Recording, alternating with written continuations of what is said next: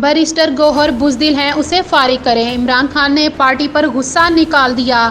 पहले जलसा ना हुआ और अब एहतजाज नहीं कर सके। इमरान खान रहनुमाओं पर गुस्सा हो गए। किसी से राब्तों का शुबा या फिर वाकई ही तब्दीली की जरूरत पड़ गई। पीटीआई की उखाड़ पछाड़ शुरू हो गई। बानी ने आखिरकार अपनी पार्टी के चेयरमैन को उड़ा दिया। बैरिस्टर गौहर की जगह कौन आएगा? बहस शुरू हो गई। लाहौर का जलसा न कर सके, रावलपिंडी में एहतजाज क्यों नहीं किया? इमरान खान ने एहतजाज खत्म करने पर शदीद बरहमी का इजहार किया। पार्टी के बड़े ओहदेदारों की शामत आ गई। एक को फारिग करने का हुक्म दे दिया और कौन कौन रह जाएगा? सबकी नजरें अडयाला जेल पर लग गई। बानी पीटीआई ने अडयाला जेल में पीटीआई रहनुमाओं से गुफ्तगू में एहतजाज के हवाले से सवालात किए। आजम सवाती ने इमरान खान को ब्रीफिंग देते हुए कहा कि एहतजाज बड़ा जबरदस्त था और शाम तक लड़ते रहे। इस पर इमरान खान ने सवाल किया कि एहतजाज कामयाब था तो मुजर क्यों किया गया, जिस पर आजम सवाती ने जवाब दिया कि चेयरमैन पीटीआई बैरिस्टर गौहर ने एहतजाज मुजर करने की कॉल दी।